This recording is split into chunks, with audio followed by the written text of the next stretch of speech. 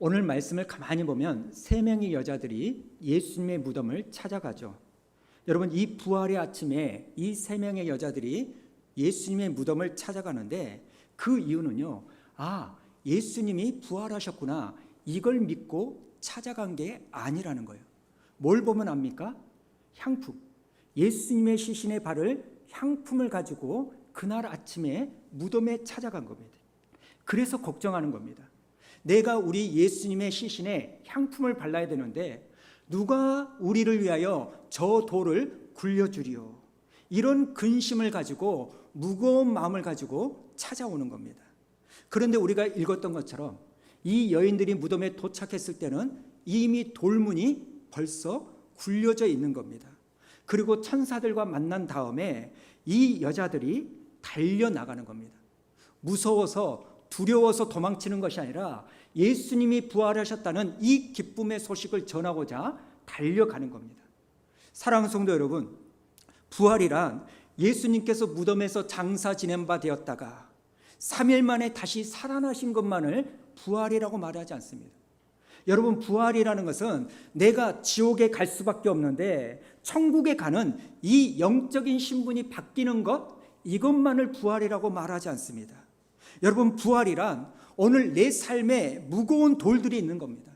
그것이 건강의 돌일 수도 있고 물질의 돈일 수도 있고 자식의 돌일 수도 있고 내 진로에 대한 돌일 수 있어요. 그것만 생각하면 갑자기 내 가슴이 답답하고 그것만 생각하면 내 숨이 턱턱 막히고 이 돌들이 치워지는 역사도 부활인 줄로 믿습니다. 자, 그렇다면 좀 더 구체적으로 이 여인들처럼 예수님의 무덤을 가로막고 있는 현실적인 돌도 어떻게 하면 치울 수 있고 또 마음에 근심을 가지고 왔는데 기쁨으로 돌아갈 수 있는 그 이유는, 원인은, 방법은 무엇일까요?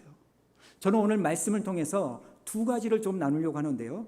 여러분, 예수님의 부활이 내 삶의 실제가 되고 내 삶의 돌이 치워지는 은혜를 경험하기 위해서는 먼저 여러분, 하나님의 말씀을 기억하는 삶을 사셔야 된다는 겁니다. 여러분, 왜 이 여자들이 이렇게 예수님의 무덤을 찾아가는 그 발걸음이 그렇게 무거웠을까요? 무엇 때문에 예수님이 부활하셨음에도 불구하고 왜 이들은 여전히 예수님이 죽은 줄 알고 그 시신의 향로를 바를 물건을 가지고 찾아왔을까요? 왜 그들은 염려하고 걱정하고 눌려있는 왜 그런 삶을 가졌을까요? 이것은요, 바로 예수님께서 지난날 이 여인들에게 하셨던 말씀, 내가 예루살렘에 올라가면 종교 지도자들에게, 대제사장들에게, 서기관들에게 고난을 받고 죽임을 당한 후에 3일 만에 다시 살아날 거다. 이 주님의 말씀을 새카맣게 잊고 있었기 때문입니다. 그래서 오늘 본문을 보시면 이 여인들이요, 천사를 만나죠. 천사가 이 여인들에게 이렇게 말합니다. 자, 본문 7절에 있는 말씀 우리 한번 읽어보도록 할까요? 오늘 본문 7절 시작. 가서 그의 제자들과 베드로에게, 우리 7절 있습니다. 시작. 가서 그의 제자들과 베드로에게 이르기를 예수께서 너희보다 먼저 갈릴리로 가시나니 전에 너희에게 말씀하신 대로 너희가 거기서 배우리라 하라 하는지라. 여기서 중요한 포인트가 뭐냐면 빨간 것이 전에 너희에게 말씀하신 대로. 그러니까 지금 예수님의 부활은 전혀 이들이 예상하지 못했다가 뜻밖의 갑자기 일어난 사건이 아니라는 겁니다. 예수님은 이미 전에 이 제자들에게, 여인들에게 다시 살아날 거다 말씀을 하셨다는 겁니다. 똑같은 본문이 기록된 마태복음도 마찬가지 아닙니까? 자, 5절과 6절 한번 보십시오. 천사가 여자들에게 말하여 이르되 너희는 무서워하지 말라. 십자가에 못 박히신 예수를 너희가 찾는 줄을 내가 아노라. 그 다음 6절 시작. 그가 여기 계시지 않고 그가 말씀하신 대로 살아나셨느니라. 와서 그가 누우셨던 곳을 보라. 여러분, 여기에 나오는 그가 말씀하신 대로, 이걸 빼고 읽어도요, 오늘 이 6절의 본문이 그대로 됩니다. 6절을 다시 한번 보여주십시오. 6절에 보면 이러죠. 그가 여기 계시지 않고 살아나셨느니라. 와서 그가 누우셨던 것을 보라. 이래도요, 문맥에 지장이 없습니다. 그럼에도 불구하고 천사가 그 가운데 단어를 의도적으로 집어넣은 이유가 뭘까요? 이미 예수님이 너희들에게 말씀하셨다는 거예요. 누가복음에 보면 이것을요, 좀 더 직설적으로 호소하고 있는데요. 자, 누가복음 24장 6절과 8절 보십시오. 여기 계시지 않고 살아나셨느니라. 갈릴리에 계실 때에 너희가 어떻게 말씀하셨는지를 기억하라. 7절 8절 있습니다. 시작. 이르시기를 인자가 죄인의 손에 넘겨져 십자가에 못 박히고 제3일에 다시 살아나야 하리라 하셨느니라 한데, 그들이 예수의 말씀을 뭐하고? 기억하고. 지금 이 여자들이요, 천사들의 이야기를 듣고 잊어버렸던 예수님의 그 말씀을 기억하는 거예요. 맞다. 그때 예수님께서 그 말씀을 하셨지. 당신이 죽지만 3일 만에 다시 살아날 것이고, 이미 예수님께서 우리에게 말씀하셨구나. 여러분, 이게 부활입니다. 내가 이미 들었던 그 말씀이, 새까맣게 잊고 있었던 그 하나님의 말씀이 기억나기 시작하는 거예요. 이게 부활인 줄로 믿습니다. 여러분, 예수님의 무덤을 막고 있는 그 엄청난 돌문이 굴러가는 거, 이것도 어마어마한 사건이죠. 저는 우리 성도님들의 삶에서 하나님의 축복의 삶을 가로막고 있는 여러분의 현실적인 돌들이 굴려가기를 주님의 이름으로 축원합니다. 그러나 여러분, 그것도 부활이고 그것도 능력이지만 내 삶의 축복의 입구를 가로막는 이 돌이 옮겨지는 것도 부활인 거지만, 오늘 이 여인들이 경험한 부활의 현상, 잊어버렸던, 기억하지 못했던, 전에 내게 말씀하셨던 그 말씀이 다시 새겨지는 거예요. 전에 분명히 우리 최 집사님에게 말씀하셨거든요. 전에 분명히 우리 김 집사님에게 주님이 말씀하셨던 거예요. 그러니 무슨 이유인지는 모르지만 어느 순간 그 말씀을 잊고 있는 거예요. 그러니까 근심인 거예요. 그러니까 두려움인 거예요. 그런데 천사의 도움으로 이게 다시 생각나는 겁니다. 믿어지는 겁니다. 사랑하는 성도 여러분, 이게 부활인 줄로 믿습니다. 지금 이 여자들이요, 예수님이 부활하셨음에도 불구하고 얼굴이 시커맸던 이유, 마음이 무거웠던 이유는 딱 하나예요. 전에 그들에게 하셨던 이 예수님의 말씀을 새카맣게 잊고 있었기 때문에. 그래서 예수님을 찾아가지만 누가 이 돌을 굴려주리요? 그렇게 탄식하면서 근심하는 거 아닙니까? 여러분, 복음서에 보면 적어도 3번 이상 예수님께서 내가 고난을 받고 죽임을 당한 후에 3일 만에 다시 살아날 거다, 이 순환 예고를요 3번 이상 말씀하셨어요. 그럼에도 불구하고 이 여인들은 새카맣게 잊고 있는 거예요. 왜 그럴까요? 왜 이 여인들이 말씀을 드렸음에도 불구하고 기억하지 못할까요? 나이가 먹어가지고 기억력이 떨어졌을까요? 아니에요. 그 말씀을 들을 때 이 여인들은요, 설마 그럴 리가 있겠어? 말씀을 들어도 믿지 않은 겁니다. 사실 여러분, 이렇다 한들 이 여인들의 믿음을요 폄하해서는 안 됩니다. 오늘 본문에 나오는 막달라 마리아를 비롯해서 많은 여자들은요, 예수님이 3년 반 동안 공생의 기간을 사실 때 이 예수님은요 12명의 제자들만 데리고 다니신 게 아니에요. 막달라 마리아를 비롯해서 적지 않은 여인들이 예수님을 따라다녔고 그 예수님과 그 제자들의 삶을 채워주고 섬겼습니다. 누가복음 8장 3절을 보십시오. 우리 한번 읽어볼까요? 시작. 헤롯의 성직이 구사의 아내 요한나와 수산나와 다른 여러 여자가 함께하여 자기들의 소유로 그들을 섬기더라. 여러분, 무엇보다 제자들이 결정적일 때 예수를 버리고 도망을 갑니다. 베드로는 무려 3번이나 예수님을 저주하고 떠나버립니다. 그런데 이 여인들은 마지막까지 예수님이 십자가를 지고 골고다 언덕을 올라가 십자가에 못 박혀 죽는 그 순간까지 함께 했습니다. 도망가지 않았어요. 심지어는 예수님께서 죽으시고 요셉의 무덤에 안치되었을 때도 끝까지 따라간 사람들입니다. 여러분, 이 여인들 자기들의 소유를 전부 다 예수님께 내어드리고 그 제자들을 섬기기 위하여 나누었던 이 여인들, 다른 사람들은 다 도망가도 끝까지 예수님의 옆을 지켰던 이 여인들, 그 신실했던 여인들, 그 충성스러웠던 여인들, 이렇게 헌신적이었던 이 여인들이 어느 순간 주일에 얼굴이 시커매져 가지고 찾아오는 거예요. 누가 나를 위하여 이 돌을 굴려주리요. 그렇게 단식하면서 근심하는 겁니다. 왜요? 주님이 전에 하셨던 말씀을 잊어버렸기 때문에. 사랑하는 성도 여러분, 이 여인들이 이럴 정도면 하물며 우리일까 봅니까? 이렇게 믿음이 좋은데도 말씀을 잊어버릴 수가 있는 겁니다. 그렇게 헌신적인 사람이었는데 전에 나에게 하셨던 그 말씀 새까맣게 잊어버리고, 그래서 또 근심하고 또 초조해하고 또 눌려있는, 그러므로 사랑하는 성도 여러분, 우리 안에 이 예수님의 부활의 실제가 되려면 예수님의 말씀을 기억하는 삶을 살아야 될 줄로 믿습니다.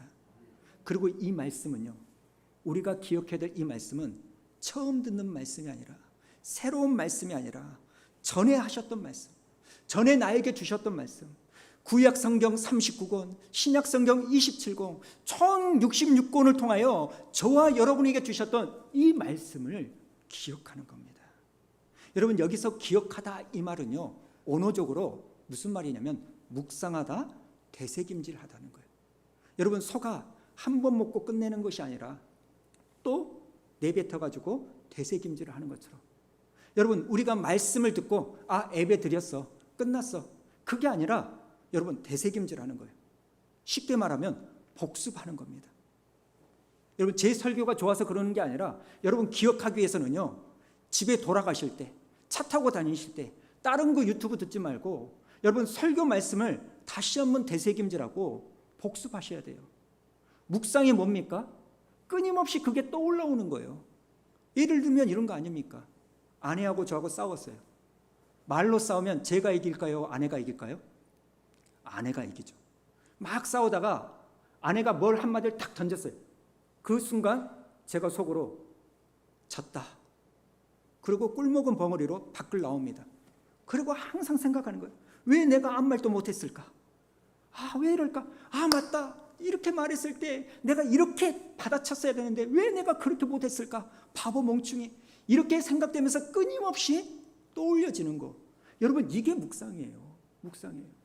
사랑하는 성도 여러분, 하나님의 말씀을 읽으시기 바랍니다. 그래서 여러분의 삶의 돌이 여러분을 가로막고 있을 때 그 말씀을 기억하시기 바랍니다.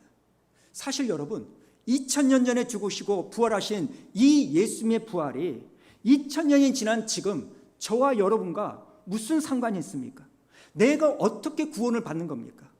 여러분, 예수님이 나의 죄를 위하여 죽으시고 장사 지낸 바 되었다가 3일 만에 다시 살아나셨다는 이 말씀을 저와 여러분이 듣고 믿음으로 구원받은 거 아닙니까? 여러분, 말씀은 구원인 줄로 믿습니다. 말씀은 능력인 줄로 믿습니다. 말씀은 곧 하나님이시라는 겁니다. 성경에 보면 빛이 있으라 하심에 빛이 있고요, 죽은 지 나흘이 지난 나사로를 향하여 나사로야 나오너라 그랬더니 죽은 나사로가 살아나는 겁니다. 영접하는 자, 곧 그 이름을 믿는 자들에게는 하나님의 자녀가 되는 권세를 주셨으니, 여러분, 이 말씀이 저와 여러분을 구원시킨 줄로 믿습니다. 여러분, 설교를 들으실 때도 마찬가지예요. 설교의 안에 나오는 여러 가지 이야기 기억 안 하셔도 돼요. 그러나 여러분, 그 설교 안에 나오는 성경 구절 한 구절만이라도 여러분 마음에 새기시고 기억하셔야 돼요. 왜요? 애화가, 이성적인 논리 구조가 웃기는 것이 나를 살리는 게 아니에요. 말씀이 나를 살리는 겁니다. 여러분, 듣기에는 좋아도, 당장은 좋아도요, 내 삶을 살릴 수 있는 것은 하나님의 말씀인 줄로 믿습니다. 여러분, 좋은 의아가 여러분을 구원시킨 게 아니에요. 하나님의 말씀 한 자리, 설교를 못하고 뭐 이해가 안 되더라도 그 말씀 한 구절, 한 단어가요, 나를 살리는 겁니다. 이런 맥락에서요, 오늘 여러분을 견인하는 원동력은 무엇입니까?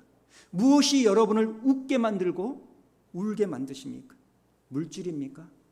다른 사람의 관심입니까? 자식입니까? 여러분이 하고 있는 그 일들의 성공입니까? 예, 물론 그것들도 우리를 웃게도 하고 울게도 하고 내 삶을 견인합니다. 그러나 우리가 잘하는 것처럼 이것은 한계가 있다는 겁니다. 오로지 좌우의 날선 어떤 검보다도 예리하여 우리의 영과 혼과 골수를 찔러 쪼개는 하나님의 말씀만이 저와 여러분을 살리실 줄로 믿습니다. 그러하기에 사랑하는 성도 여러분, 하나님의 말씀을 가까이 하시고 하나님의 말씀을 읽으시기 바랍니다. 제가 웬만하면 여러분들에게 강요하지 않는데요, 나가실 때 생명의 삶 다 사고 가세요. 그래서 하루에 한 페이지씩, 여러분 무슨 말을 쓰지 않으셔도 돼요. 묵상은요, 하나님의 말씀을 읽는 것도 묵상이에요. 그 말씀을 펼쳐서 여러분 읽으시기 바랍니다. 그래서 전에 나에게 주셨던 그 하나님의 말씀을 기억함으로 여러분의 신앙이 추상적인 신앙이 아니라 살아계신 하나님을 경험하는 신앙이 되기를 주님의 이름으로 축원합니다. 그런가 하면 두 번째, 여러분 부활이 실제가 되고 내 삶의 여러 가지 문제의 돌을 치우기 위해서는요, 어떻게 해야 되냐? 우리가요, 갈릴리로 돌아가야 된다는 겁니다. 7절에 있는 말씀 한번 보도록 할까요?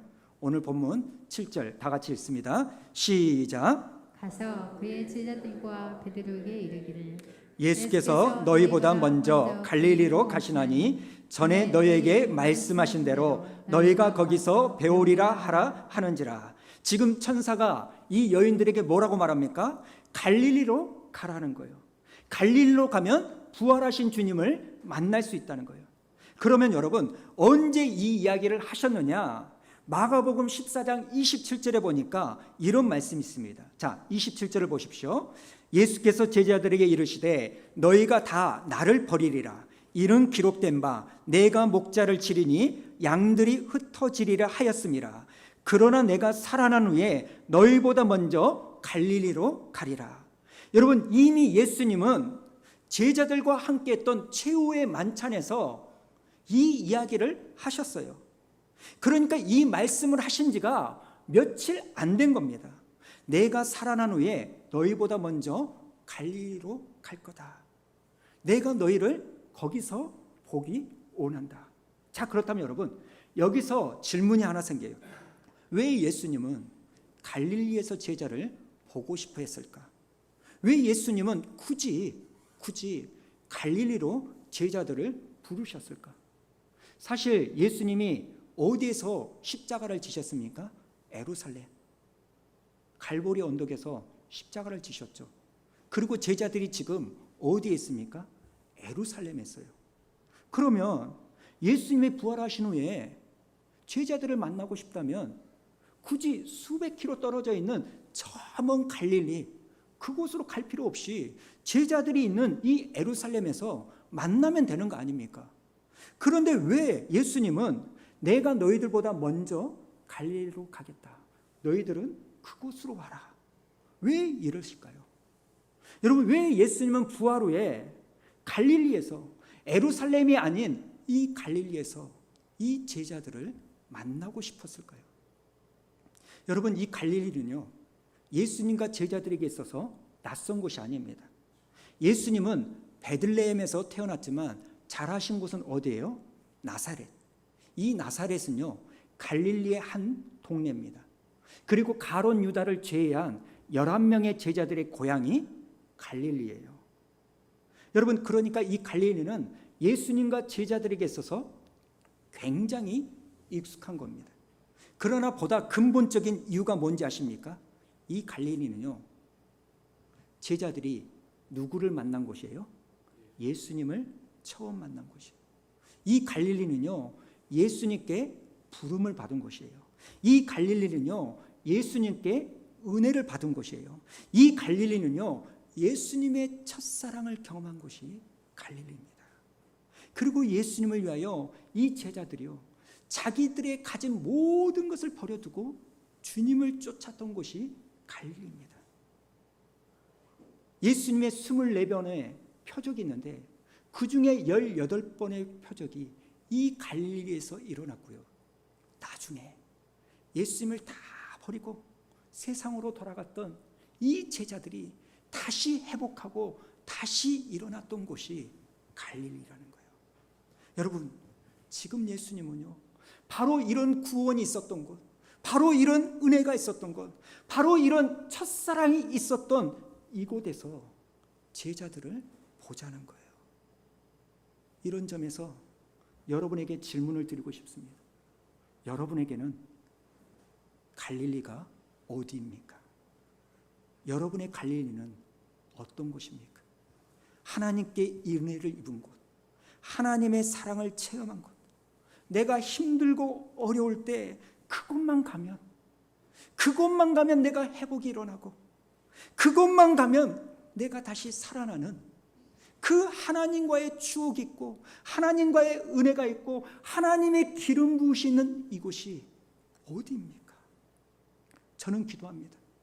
수원 우리 교회 이 예배의 장소가 지치고 상한 여러분에게 위로가 있고 쉼이 있고 회복이 있고 믿음이 생기고 소망이 생기고 주님을 바라보는 그 힘이 생기는 장소, 이 갈릴리가 되기를 소원합니다.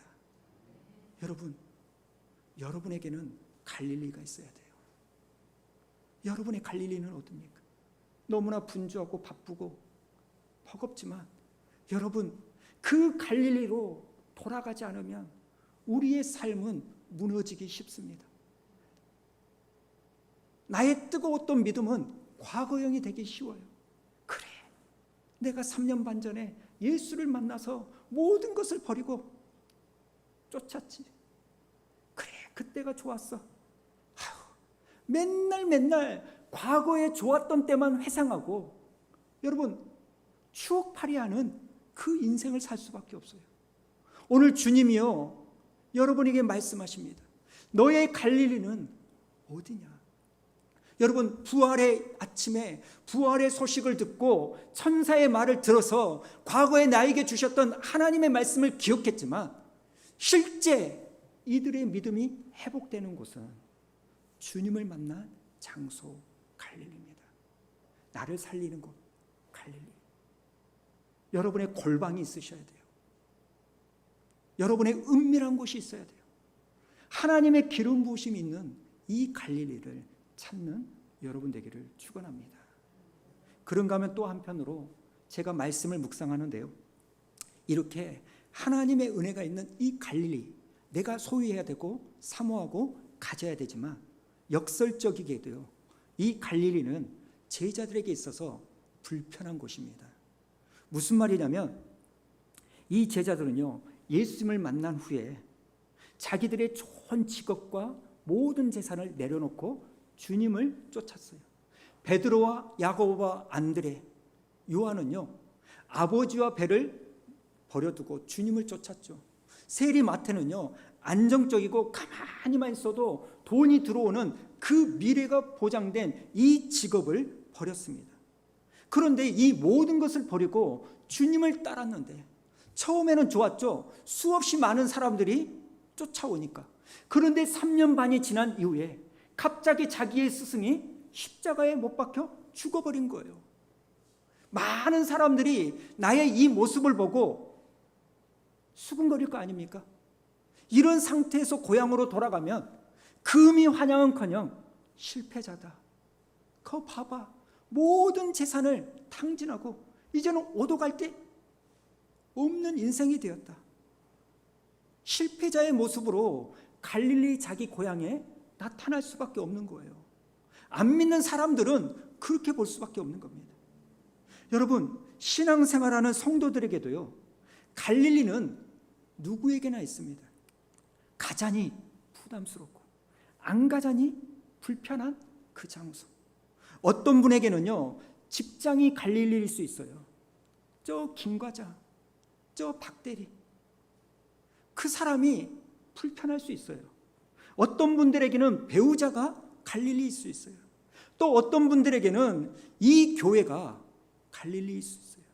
예루살렘처럼 화려하지도 않고 시골 총구석, 사람들이 많은 예루살렘이 아니라 사람들이 없는 그 갈릴리, 사람들이 많아서 에베 출석, 헌금, 봉사에 대한 부담감도 느끼지 않고 누가 왔는지 안 왔는지 체크당하지 않는 이곳이 좋은데, 주님은 예루살렘에 있지 말고 불편한, 꺼름칙한, 가기 싫은 갈릴리로 가라고, 오라고 말씀하십니다. 굳이 내 스스로 찾아가고 싶지 않는데, 어떤 분에게는 그분이 입장에서는요, 교회가 그럴 수 있어요. 왜 많은 곳인데 이곳이어야 될까?